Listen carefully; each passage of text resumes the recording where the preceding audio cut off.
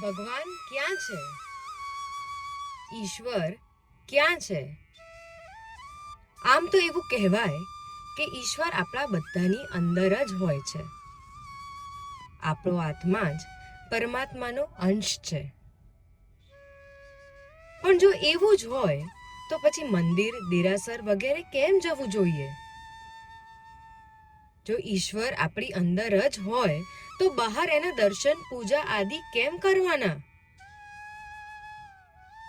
આ જ પ્રશ્નોના જવાબ શોધવાનો પ્રયત્ન એ આપણો આજનો સંવાદ. હું છું સૃષ્ટિ અને લઈને આવી છું એક કાલ્પનિક સંવાદ મીરાબાઈ અને નરસિંહ મહેતા વચ્ચેનો. સાંભળો છો તમે અંતરનો સંવાદ.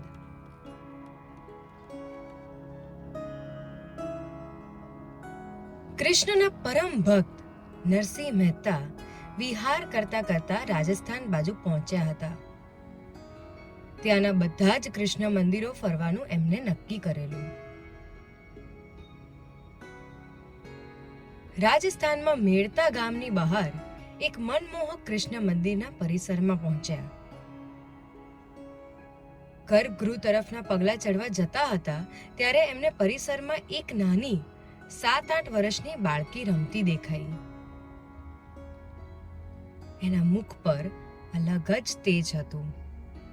એની આંખમાં એક નજર નાખી તો નરસિંહ દાદાને દ્વારકાધીશનો અણસાર દેખાયો. એ થોડું મુસ્કાયા અને પછી એની પાસે ગયા. શું નામ છે દીકરી તારું?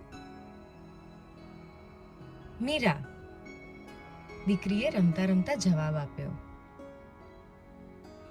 તારે અંદર નથી આવવું દર્શન કરવા?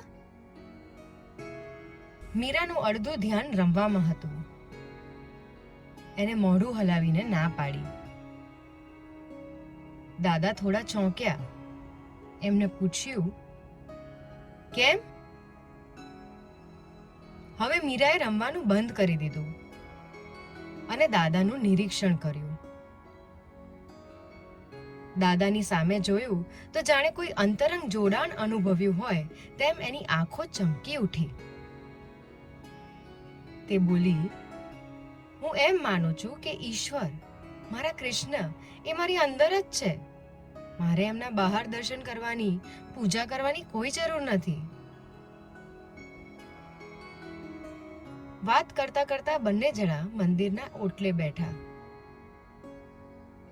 નરસિંહ દાદાએ કહ્યું, તારી અડધી વાતથી સહેમત છું અને અડધી વાતથી નથી.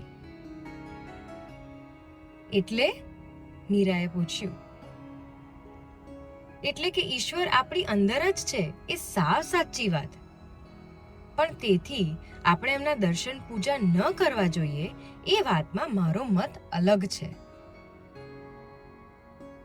તમે બહુ મોટા કૃષ્ણ ભક્ત જણાવો છો દાદા.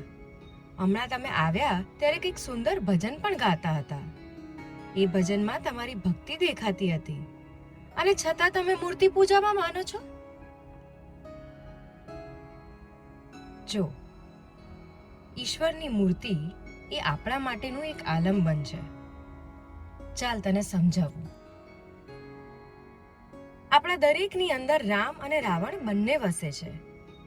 ક્યારેક રામ મોટા થાય છે તો ક્યારેક રાવણનો પ્રકોપ વધી જાય છે.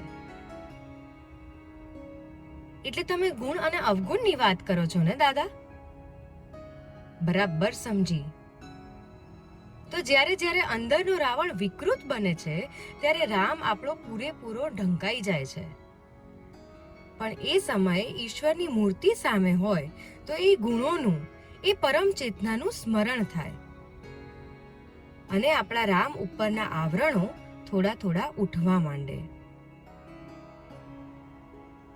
મીરા, આ સંસારમાં એટલા બધા અવરોધો અને આવરણો છે કે શુદ્ધ ચૈતન્ય જે આપણી અંદર જ છે તે ઊંડાણ સુધી પહોંચવું ખૂબ અઘરું થઈ જાય છે.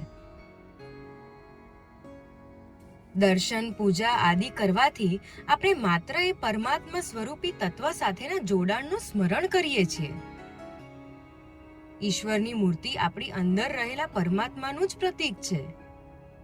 પણ આપણા માટે એક સ્મૃતિપત્ર છે જે આપણને આપણી ભીતર વસેલા પરમાત્મા સાથે જોડાવાનું નિમિત્ત આપે છે.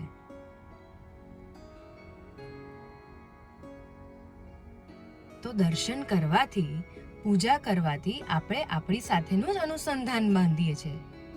એ વાત સમજી જઈએ તો રોજ દોડતા પગે દર્શન કરવા પહોંચી જઈએ. મીરાએ થોડી વાર નરસિંહ દાદાની વાત વાગોળી. પછી ઊભી થઈ એમનો હાથ પકડી એમને ગર્ભગૃહ તરફ લઈ ગઈ. બંને ભક્તોએ કૃષ્ણના દર્શન કર્યા અને પરમાત્મા સાથેના એક અનોખા અનુસંધાનનો અનુભવ કર્યો.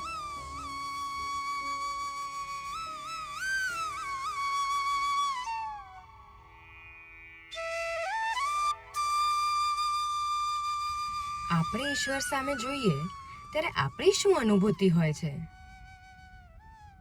આપણે ઈશ્વર સામે જોઈએ છીએ પણ ખરા? આપણે દિવસની એક પણ ક્ષણ પરમાત્મા સાથેના અનુસંધાનને અનુભવીએ છીએ પણ ખરા? કોઈ પણ પ્રથા અથવા સંસ્કૃતિને નકારતા પહેલા એની ઊંડાણમાં ઉતરીશું તો આપણી જીવન પ્રત્યેની દ્રષ્ટિ સંપૂર્ણ બદલાઈ જશે. આધુનિક અથવા મોડર્ન ભલે થઈએ, પણ એ થવામાં જો આપણા મૂળ જ ભૂલાઈ જશે તો એ બધી આધુનિકતાનો શું અર્થ?